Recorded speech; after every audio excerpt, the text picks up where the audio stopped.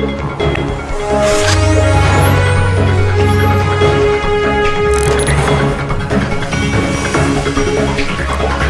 नजरें, सच्ची खबरें। नमस्कार।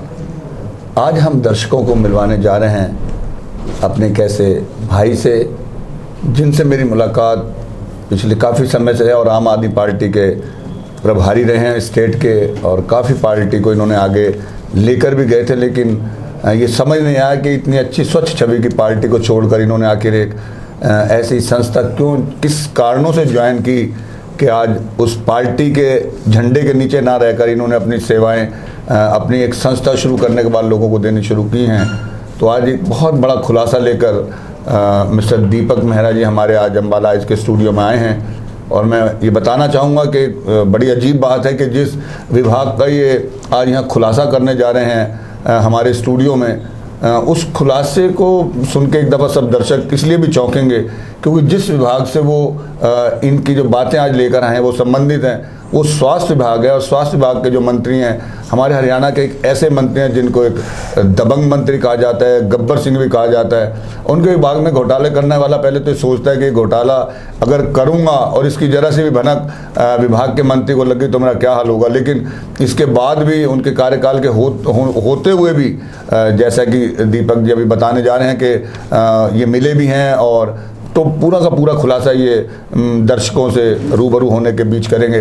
तो दीपक जी आपका बहुत बहुत स्वागत है अम्बाला के स्टूडियो में आने पर, हम आपका स्वागत करते हैं। बहुत बहुत धन्यवाद।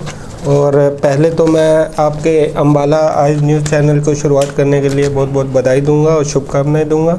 और आज पत्रकारिता के क्षेत्र में आप इतना पहले से जानते हैं जैसे आपने मुझे बताया, और बाकी जितने भी चैनल्स हैं उनसे अलग कुछ मैं अपेक्षा रखूंगा आपसे कि आप पत्रकारिता का चौथा स्तंभ है जो हमारे भारत का, उसको एक ऊंचाइयों पर ले जाएंगे। धन्यवाद दीपक जी। तो आप आम आदमी पार्टी के प्रभारी, एक बहुत बड़ी पोस्ट होती है प्रभारी की पोस्ट, तो ऐसी कि उसने सारी पार्टी के जो जितने भी उसके पदाधिकारी होते हैं उन्हें देखना होता है, पार्टी को देखना होता है, सारी पार्टी की रिपोर्ट ऊपर भेजनी होती है। तो ऐसी क्या वजह रही कि आम आदमी पार्टी जैसी पार्टी छोड़कर, इतना महत्वपूर्ण पद छोड़कर आपने अपनी एक अलग से संस्था बनाई और उसकी संस्था के द्वारा आप सेवा में लोगों की लगे हैं? जरा बताएं हमारे दर्शकों को प्लीज़। नहीं, मेरा पार्टी से जुड़ाव भी एक ऐसे ही आंदोलन के थ्रू हुआ था जो 2012 में शुरुआत हुई थी। जिस आंदोलन की, उस आंदोलन में Anna Hazare, India against corruption और ऐसी काफ़ी संस्थाएं और कितने आम लोग शामिल हुए थे जो भ्रष्टाचार उन्मूलन के लिए खड़े हुए थे। और एक विचार बना था, अलग अलग विचारों का एक समूह बना था जो भ्रष्टाचार को मिटाने के लिए आगे आए। जन लोकपाल आंदोलन हो या इससे जुड़े हुए अन्य भ्रष्टाचार के, क्यों उस टाइम मैं भी युवा था, मैं इंजीनियरिंग कर रहा था और इस क्षेत्र में मैं शामिल हुआ, और केवल कारण ये था कि भ्रष्टाचार की जड़ें इतनी मजबूत हो चुकी थी कांग्रेस के समय, 2012 के समय, तो उसको उखाड़ने के लिए युवाओं को आगे आना चाहिए था, उसमें मैं शामिल हुआ। लेकिन जब जैसे वो पार्टी बनी, जैसा पहले कहा गया था कि आम आदमी पार्टी हम इसलिए बना रहे हैं कि हम कीचड़ में उतरकर कीचड़ को साफ करेंगे, लेकिन वो कीचड़ का खुद ही हिस्सा बनने लगी। और जब मैं प्रभारी था, मैंने ऐसे संगठन में काफ़ी ऐसे लोग जुड़े जो बाहर से थे, जो ऐसे करप्शन से खिलाफ लड़ने के लिए हमारे साथ शामिल होना चाहते थे लेकिन अपनी राजनीतिक पूर्ति करना चाहते थे। तो उसके खिलाफ जब मैंने देखा कि भाई माहौल पार्टी का वो नहीं रहा, वो वैचारिक पार्टी नहीं रही जिससे मैं जुड़ा था, तो मैंने इससे अलग अपनी एक संस्था बनाई और उसमें पार्टी से रिलेटेड ही काफ़ी लोग मुझसे जुड़े, और आज भी पार्टी के काफ़ी उच्च अधिकारी मेरे साथ जुड़े हुए हैं और जो संपर्क में भी हैं।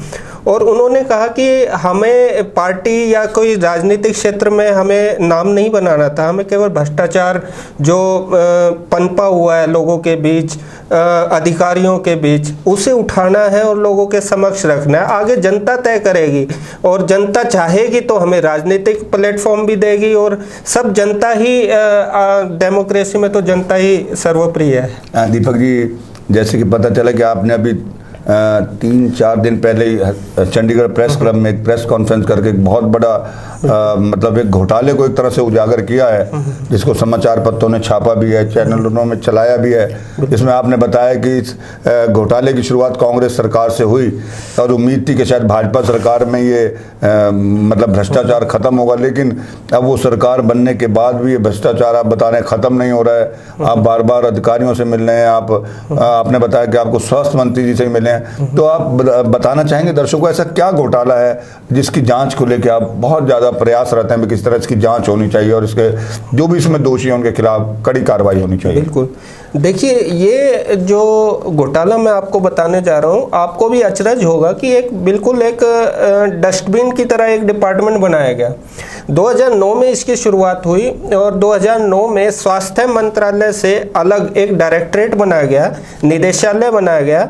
वो इसलिए बनाया गया था कि जो प्रशासनिक कार्य आपके देख सके, जो इलाज से अलग हैं, जैसे डेंटल कॉलेज जिसमें पढ़ाई होती है, आपके आयुर्वेदिक कॉलेज हैं, उससे अलग आपके अनुसंधान रिसर्च से रिलेटेड है, उनके प्रशासनिक कार्यों को देखने के लिए आपका एक अलग डायरेक्टरेट निदेशालय बनाया गया। उस निदेशालय में आपके एडमिनिस्ट्रेशन को देखने के लिए, प्रशासनिक कार्य को देखने के लिए आपने मेडिकल ऑफिसर डेप्यूट कर दिए गए, जो स्वास्थ्य मंत्रालय से रिलेटेड थे, जो किसी चीज़ में स्पेशलिस्ट है, कोई डेंटल में है, कोई किसी चीज़ में है। उन्हें प्रशासनिक कार्यों का कोई अनुभव नहीं था। चलो मान लिया हमने एक निदेशालय बनाया, कुछ सुचारू रूप से काम करने के लिए शुरुआत में आपने मेडिकल ऑफिसर डेप्यूट कर दिए, लेकिन वो आज तक एज इट इज़ जारी है। 10 साल हो गए। प्रशासनिक कार्यों को देखने के लिए आपको HCS ऑफिसर लगाने चाहिए थे, जो उस कंस्ट्रक्शंस का काम देख सके, टेंडरिंग का काम से देख सके, जिसके लिए 21 पोस्ट अभी भी खाली हैं। शुरुआत वहाँ से हुई और 2009 से जब उन मेडिकल ऑफिसर्स को लगाया गया तो उन मेडिकल ऑफिसर्स ने उसमें मोनोपोली होगी और उन्होंने शुरुआत की फर्जी NOC से। उन्होंने नर्सिंग कॉलेज ऐसे जहाँ पे घास उगी हुई हैं, जहाँ कोई कमरे नहीं है, एक कमरे का कहीं ऑफिस है, उसको नर्सिंग कॉलेज बता दिया गया कागजों में। और 2012 में ऐसे ही कैथल का एक कॉलेज था राजौंद में, पंडित धर्मचंद नाम से। वहाँ की रिपोर्ट आप 2017 में खुलासा जाके हुआ कि भाई ऐसी गलत NOC जारी की गई थी, जिस पे संज्ञान 2017 में जाके लिया। 2012 से 2017 तक 5 साल तक उसमें लाखों करोड़ों का घपला हुआ। वहाँ पे स्टाफ दिखाकर उसकी सैलरी ली गई। वहाँ पे डिपार्टमेंट से अलग लाइब्रेरी और अनुसंधान से रिलेटेड, बच्चों की फीस से रिलेटेड लाखों करोड़ों का घपला किया गया। जब किसी ने हाई कोर्ट में जाकर उस पर रिट डाली तो उसमें संज्ञान लिया और सरकार ने 17 ऐसे कॉलेजों की NOC रद्द कर दी। तो दीपक जी मैं बीच में आपका कहने मतलब जिस भ्रष्टाचार की शुरुआत कांग्रेस की सरकार में हुई थी, बिल्कुल उस पर बीजेपी ने आने के बाद थोड़ा अंकुश लगाया, या उन्होंने लगाया कोर्ट के आदेशों के बाद लगाना पड़ा? बिल्कुल, वो इनकी उन्होंने तो संज्ञान लिया ही नहीं। उन्होंने तो जैसे कांग्रेस ने डिपार्टमेंट बना के एक अलग से एक भ्रष्टाचार का एक दुकान खोल दी, उसको उसने संरक्षण दिया है। अगर वो संरक्षण ना देती, सरकार तो 2014 में आ गई थी। 3 साल तक उनकी नाक के नीचे पनपता रहा। और जब कोर्ट ने इसका संज्ञान लिया, जब उन्होंने कहा, तो 17 कॉलेजों की उन्होंने NOC तो रद्द कर दी, लेकिन जो उसमें डिफॉल्टर्स जो अधिकारी थे उन पर कोई कार्रवाई नहीं हुई। मतलब जो NOC गलत जारी की गई थी, बिल्कुल उसके बारे में अधिकारियों के खिलाफ जो कार्रवाई होनी चाहिए थी वो नहीं हुई। उन्होंने सिर्फ उसको लीपा पोती के लिए NOCों को रद्द कर दिया गया। तो आज भी वो अधिकारी यूं ही काम कर रहे हैं। तो मैं बताना चाहूँगा कि उन अधिकारियों की मोनोपोली किस तरीके से हुई। 2009 के बाद निदेशालय बना था, डिपार्टमेंट नहीं बना था। आप DMER की वेबसाइट पे जाएंगे, जिसमें ओरिजिन अगर आप उसमें निकालेंगे तो उसका ओरिजिन डिपार्टमेंट का 4 सितंबर 2014 को हुआ। जबकि मेडिकल अधिकारी की ट्रांसफ़र CM अप्रूवल के बाद चीफ सेक्रेटरी द्वारा 1 जनवरी 2014 में कर दी गई। जब डिपार्टमेंट ही नहीं बना तो डिपार्टमेंट में एब्जॉर्ब कैसे हो गई 6 महीने पहले। और जब उसकी पे बिल वेरिफिकेशन की गई तो पे बिल वेरिफिकेशन में वो हेल्थ डिपार्टमेंट में सर्विस रिकॉर्ड है और वहाँ से पे ले रही है सितंबर 2014 तक। तो अगर वो ट्रांसफ़र हो गई तो वो वहाँ से कैसे ले रही है? तो एक तरह से सारे कानून और सारे जितनी भी पॉलिसीज है सबको धत्ता बताते हुए वे अधिकारी इतने एडमेंट और इतने पावरफुल हैं कि ना तो वो मंत्री की सुन रहे हैं, सीएम से अप्रूव करवा लेते हैं, या तो सीएम इसमें शामिल है या फिर सीएम बिल्कुल नाकाबिल है जिसे पता ही नहीं है कि उसके नीचे क्या हो रहा है। तो ऐसे अधिकारी वहाँ पे हैं जिन्होंने टेंडरों में घोटाला किया। आपको बताना चाहूँगा, कल्पना चावला मेडिकल कॉलेज है जो करनाल में है, सीएम सिटी में है।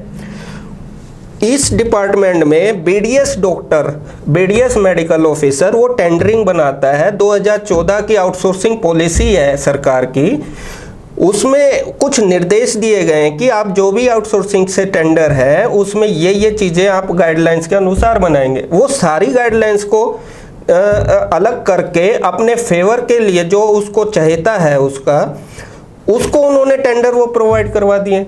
और 2.1 पे कोई बिड करता है और वो उसकी फाइल रोक के वहाँ के अधिकारी 9.5 रेट पे किसी दूसरी कंपनी को दे देते हैं। यानी 7.5 का आप यूं लगा लीजिए, 5 करोड़ का टेंडर है तो 7 गुना आपने उसको सरकार का चूना लगा दिया। तो इतना बड़ा घपला एक मेडिकल अधिकारी कर रहा है। जब हमने उसका संज्ञान लेके, जब हमारे को ये इन चीज़ों का किसी भी सूत्रों से पता लगा तो हमने प्रॉपर मेल की। हमने 6-7 महीने से हम लगातार मेल कर रहे हैं जिसमें उच्च अधिकारी सीएम तक उसमें सीसी किए गए हमने। और अनिल विज को भी पता है इस चीज़ का। उन्होंने इंक्वायरी कागजों में फिर बिठा दी जैसे कि वो पहले बिठाते आए हैं, और उन्होंने वो इंक्वायरी आज तक यूं ही चल रही है। और एक और अचरज की बात बताऊंगा, जब उन्होंने इनसे रिपोर्ट मांगा, इंक्वायरी करके रिपोर्ट देने को कहा, इनके जो अतिरिक्त मुख्य सचिव हैं हेल्थ डिपार्टमेंट के और मेडिकल एजुकेशन के, उनसे जब इन्होंने रिपोर्ट मांगी कि आप रिपोर्ट दीजिए इसमें क्या है, सच्चाई क्या है, तो इन्होंने अतिरिक्त मुख्य सचिव ने अनिल विज को झूठ बोल दिया। कहते कि इसकी जांच हमने डीसी करनाल को जनवरी 2020 में दे दी है, अब वो हमें रिपोर्ट देंगे। पहली बात तो उसी ही 8 महीने हो गए तो उसकी रिपोर्ट अभी तक क्यों नहीं आई। अब जब हमने आरटीआई लगा के उस लेटर का रेफरेंस मांगा, जिस लेटर के रेफरेंस से उन्होंने वो जांच वहाँ डिस्पैच की थी, जब वो लेटर मांगा गया तो उस लेटर में कोई भी ऐसी जांच वहाँ दी ही नहीं गई। ये आरटीआई से मैं बताना चाहूँगा, ये आरटीआई थी और ये उसकी जानकारी।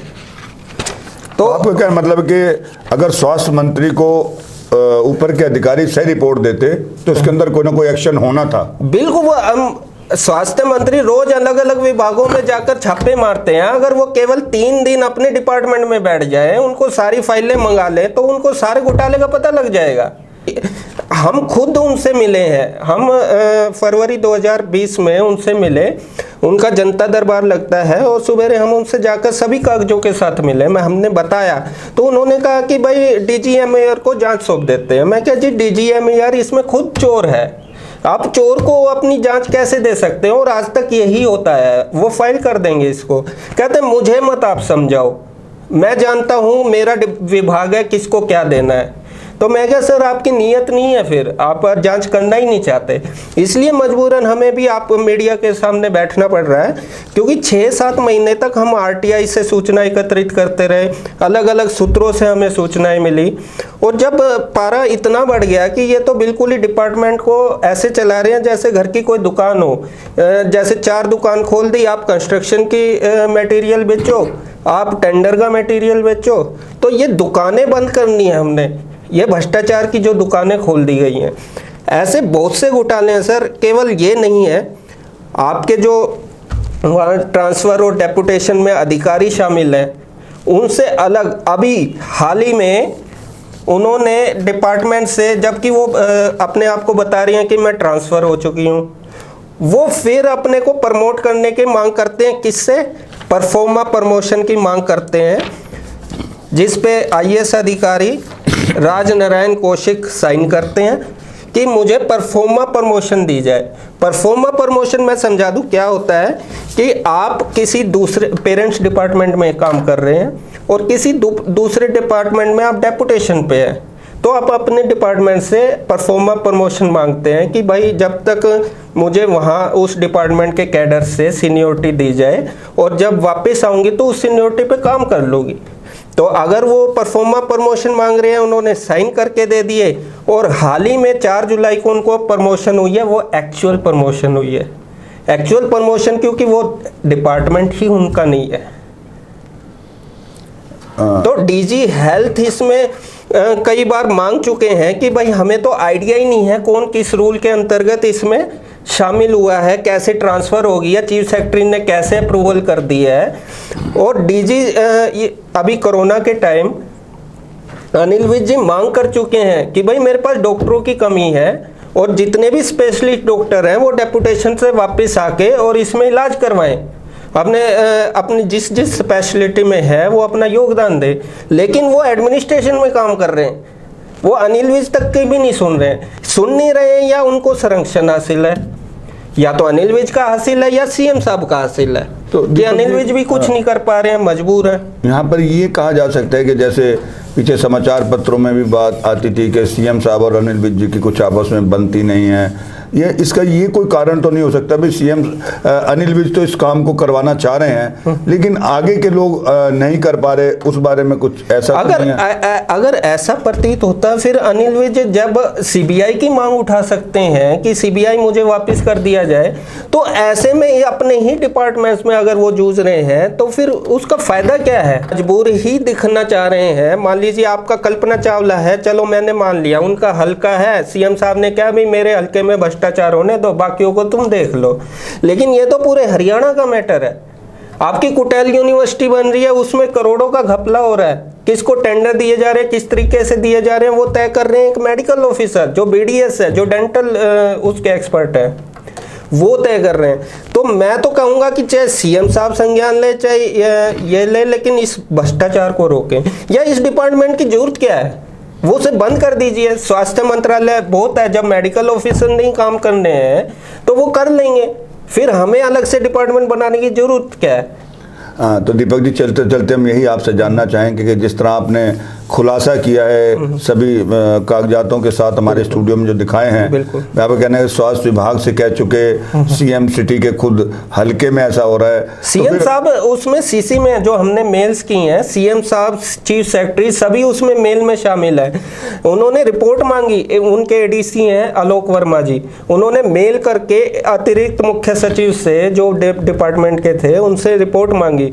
8 से 10 महीने हो गए, उस रिपोर्ट का आता पता नहीं है। जब हमने आरटीआई डाल के पूछा, वो कहता है जी नहीं, हमने ऐसी कोई रिपोर्ट बनाई नहीं। तो फिर क्या ये माना जाए कि जिस तरह विपक्षी पार्टियां ये कह रही हैं कि भाजपा जो अपने आप को बहुत साफ सुथरा कहती है लेकिन भ्रष्टाचार से तो ये भी पूरी तरह से लिप्त है, तो फिर तो यही माना जाए? और अगर अनिल विज जी इसका अब भी संज्ञान ले लेते तो मैं तो बिल्कुल मानूंगा कि उनको संरक्षण हासिल था और सारा पैसा जितना भी भ्रष्टाचार हुआ है उन्हीं के घर जा रहा था। अगर वो संज्ञान लेते हैं तो हम भी उनके साथ खड़े हैं, हम उनके हर जांच में कोऑपरेट करने को तैयार है। हम उनका दरवाजा इसलिए खटकाया था फरवरी 2020 में। हमारा हंगामा करना कोई मकसद नहीं है, हम कोई राजनीतिक पार्टी नहीं है कि हमें सत्ता हासिल हो जाएगी इस मुद्दे से। लेकिन हमने उनको संज्ञान में लाया, लेकिन उन्होंने उसका संज्ञान नहीं लिया, इसलिए मजबूरी में हमें मीडिया में आना पड़ा। तो दीपक जी जैसे जो सत्ता सरकार में है, मतलब वो आपकी बात नहीं सुन रहे, तो ये माना जा सकता है कि आप इस बात को लेकर विपक्ष के पास भी जाएंगे? नहीं, हम विपक्ष के पास क्यों जाएंगे? हमारे पास कोर्ट का रास्ता है। अगर ये विजिलेंस या सीबीआई जांच हम मांग करते हैं, अगर वो नहीं करते हैं तो हम रिट डालेंगे कोर्ट से। जैसे कोर्ट ने आदेश देकर एनओसी रद्द करवाई थी, हम उन्हीं के आदेशों से इनसे आगे भी लागू करवाएंगे, जो भी इनके डिसिप्लिनरी एक्शन होंगे। और अगर उसमें अनिल विज जी शामिल है तो उन पर एक्शन हो, सीएम शामिल है तो उन पर एक्शन हो। आपके कहने का मतलब है जो लड़ाई आपकी संस्था ने शुरू की है, बिल्कुल उस लड़ाई में जब तक आप लड़ते रहेंगे जब तक आपको न्याय नहीं मिल पाएगा। बिल्कुल, बाकी पार्टियों का स्वागत है अगर वो सपोर्ट करते हैं अच्छे मुद्दे पर, जैसा कि वो दावा करते हैं कि भाई वो भ्रष्टाचार के लिए वे भी लड़ रहे हैं, तो वो शामिल हो हमारी इस प्रयास में जो हम भ्रष्टाचार उन्मूलन के लिए काम कर रहे हैं। चलिए, धन्यवाद दीपक जी आपका स्टूडियो में आने के लिए और आपकी आवाज़ स्वास्थ्य मंत्री जी तक भी पहुंचेगी और उम्मीद है सीएम साहब तक भी पहुंचेगी और शायद विपक्ष भी आपके इस आवाज़ को जरूर सुनेगा और देखना है कि अब वर्तमान सरकार आपके लिए कुछ कर सकती है या विपक्ष कुछ करता है या फिर अदालती आदेशों के बाद ही कुछ होने नहीं, पाएगा। हमारे लिए नहीं, ये जनता के लिए उपयुक्त होगा कि जनता का पैसा, टैक्स का पैसा वो उन्हें मिले। धन्यवाद।